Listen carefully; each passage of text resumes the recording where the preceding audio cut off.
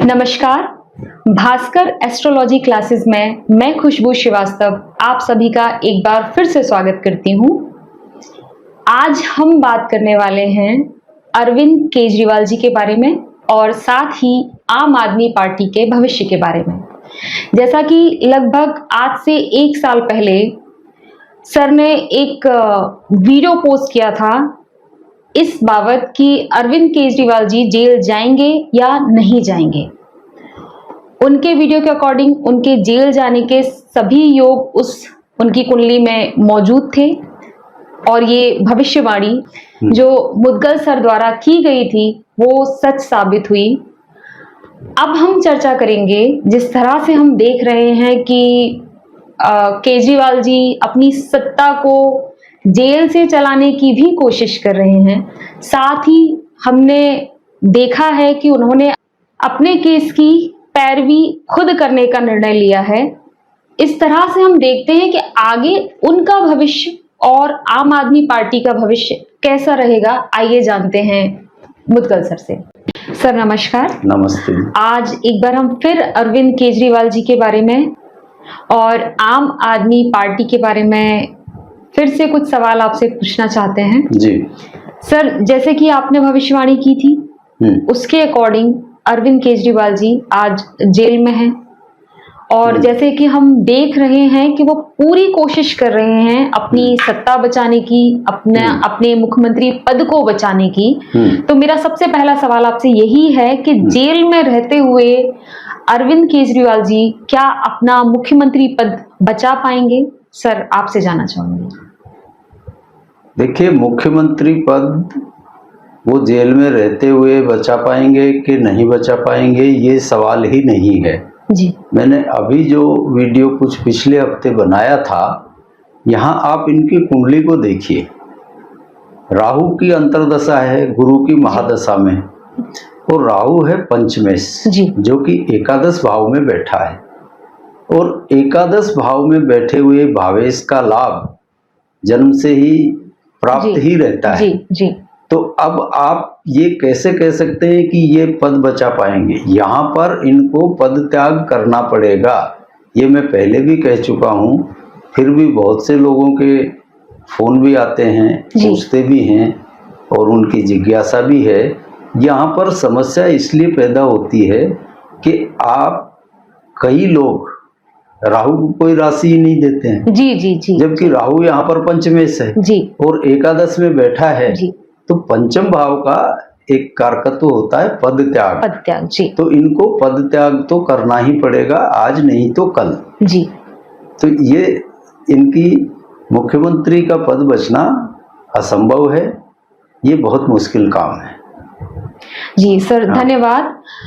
Sir मैं एक चीज और पूछना चाहूंगी कि ये तो एक आपने पहले भी वीडियो में अपने क्लियर किया था कि मुख्यमंत्री पद का त्याग तो इन्हें करना ही पड़ेगा और परिस्थितियां भी जैसे कि दिख रही हैं इनके साथ में भी एक इतिहास जुड़ चुका है कि कुर्सी पर आसीन ये पहले मुख्यमंत्री हैं जो किसी दोष की वजह से जेल गए हैं, जिनको सजा हुई है। तो मैं यही पूछना चाहूंगी कि जेल तो ये जा चुके हैं, अब आगे क्या स्थिति रहने वाली है? क्योंकि ये जो शराब घोटाला है ये बहुत एक व्यापक रूप ले चुका है, बहुत गहन तरीके से इसकी जांच चल रही है। तो आगे क्या स्थिति होने वाली है कि ये इसमें दोषी करार होंगे या फिर बाइज्जत बरी हो जाएंगे? सर अब आपके एक ही सवाल में कई सवाल छुपे हुए हैं जी। यहाँ बात सिर्फ शराब घोटाले की नहीं है, दोषी और बेदोषी की नहीं है जी। यहाँ आप देखेंगे तो केजरीवाल जी के साथ मल्टीपल फैक्टर्स जुड़े हुए हैं जी। आपने कभी ये सुना अभी हेमंत सोरेन जी भी मुख्यमंत्री थे, जी। जेल गए, क्या उनके लिए अमेरिका या जर्मनी किसी ने आवाज उठाई? नहीं बिल्कुल नहीं उठाई ना। इनके लिए ही क्यों उठाई जी? तो ये क्या है, केजरीवाल जी ये पहले भी फोर्ड फाउंडेशन अमेरिका से इनको पैसा आता रहा है और इनके हित बहुत दूर तक जुड़े हुए हैं और अभी कुछ दिन पहले ही खालिस्तानी गुरपतवंत सिंधु क्या नाम है उसका, उसने भी कहा है कि उसने इसको पैसा दिया है। तो ये जो जांचें हैं जी ये कहाँ जाएंगी? आप तो शराब घोटाले से छुटकारे की बात कर रही हैं। फिर देखिए, एक बात आपको मैं बताता हूँ। हमारे एक डिफेंस एक्सपर्ट हैं जो रॉ में भी रहे हैं और आर्मी में भी कर्नल थे, कर्नल RSN सिंह जी और उनकी एक बहुत प्रसिद्ध किताब है भारत के अंदरूनी शत्रु। जी जी बिल्कुल। और जी हर व्यक्ति को वह जरूर पढ़नी चाहिए। उसमें उन्होंने केजरीवाल जी का पूरा चिट्ठा शुरू से आखिर तक लिखा है। जी अब आप बोल रही हैं इनके छुटकारे का, जी। आप बात कर रही हैं छुटकारे का, और मैं कह रहा हूं ये CBI, रा और पता नहीं किस किस की जांच के अंडर में आएंगे अभी। अच्छा। हाँ, ईडी तो सिर्फ परेशान ही करती है, वो CBI और रा की तरह नहीं करती है, लेकिन इनके तार तो वहां भी जाके जुड़ेंगे, खालिस्तानियों से भी जुड़े हुए हैं। जी जी जी। तो इनका छुटकारा होना बहुत मुश्किल है। और इसका ये तो अभी हमने जो बात की, ये बात की एक जनरल जियोपॉलिटिक्स में जो लोग करते हैं उसकी। जी और ठीक है, राजनीति में एक दूसरे पर आरोप भी लगते हैं, जी बिल्कुल। हो सकता है ये भी इन पर आरोप ही हो। जी लेकिन अब ये राहु की अंतर्दशा समाप्त होने के बाद जी इनको शनि की महादशा आएगी। जी। और इनकी शनि की महादशा, अब देख लीजिए आप, इनका कौन सा लग्न है और शनि कहाँ बैठा है, बताइए। सर जैसा कि हमने इनकी कुंडली में देखा है कि वृक्ष लगन की कुंडली है और शनि जो है वो 12वें भाव में मेष राशि में बैठा हुआ है। मेष राशि में नीच का बैठा हुआ नीच का बैठा हुआ है। जी है ना जी। अब आप इस शनि से क्या उम्मीद करती हैं, ये बताइए। जी बिल्कुल, जैसे कि हम ये शनि 10वीं दृष्टि इसकी देख लीजिए, जी नवम भाव पर नवम जाएगी। भाव पर, बिल्कुल। नवम भाव में कौन सी राशि पड़ी है? मकर।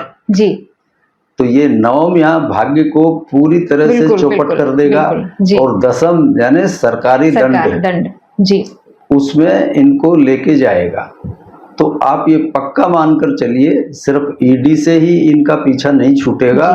जहां तक संभावना कुंडली को देखते हुए मुझे लगती है, जी ये CBI, रा और भी जो भी एजेंसियां अन्य प्रकार की जांचें जो हाँ, इनके ये साथ में अन्य जुड़ी जांचों में भी फंसेंगे, जी। क्योंकि इसमें पैसे का बहुत बड़ा हेरफेर है शुरू से ही। जी और अमेरिका और जर्मनी जैसे देश अपने हित साधने के लिए वो केजरीवाल जी जैसों का उपयोग करते हैं। जी, और बिल्कुल। इसीलिए इनकी पैरवी करते हैं। जी बिल्कुल, एक दबाव बनाया जा रहा हाँ, है। तो जी केजरीवाल जी के लिए अमेरिका और जर्मनी को तकलीफ पाने की जरूरत क्या है? मतलब जी।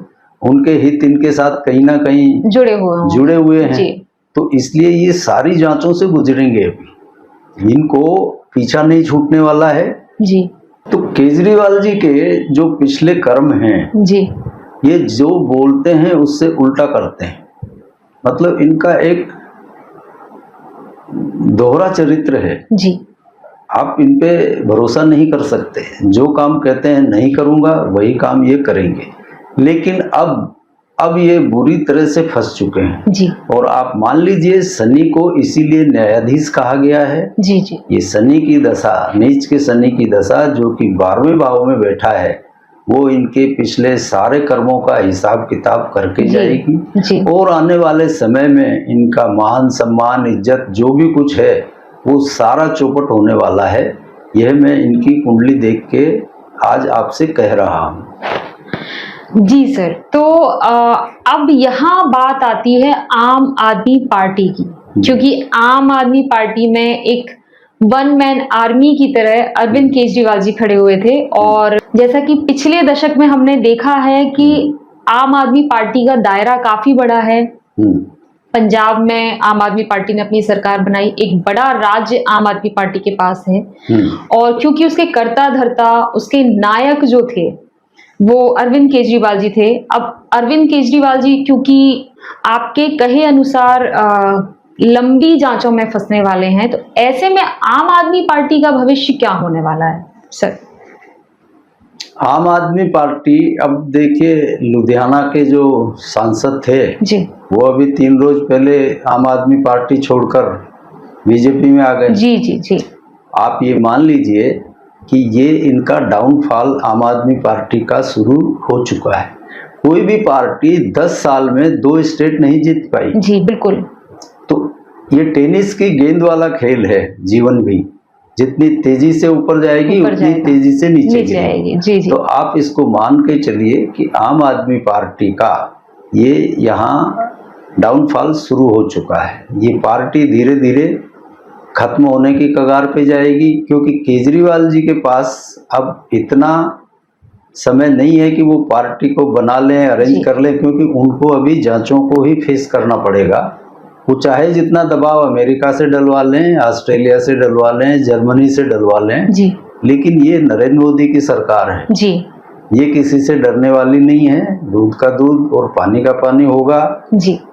तो ये निश्चित समझिए कुछ ये पार्टी बिखर जाएगी, कुछ इधर चले जाएंगे, कुछ उधर चले जाएंगे, जो भी चलता रहेगा, लेकिन अब वो पुराना जलवा आप भूल जाइए।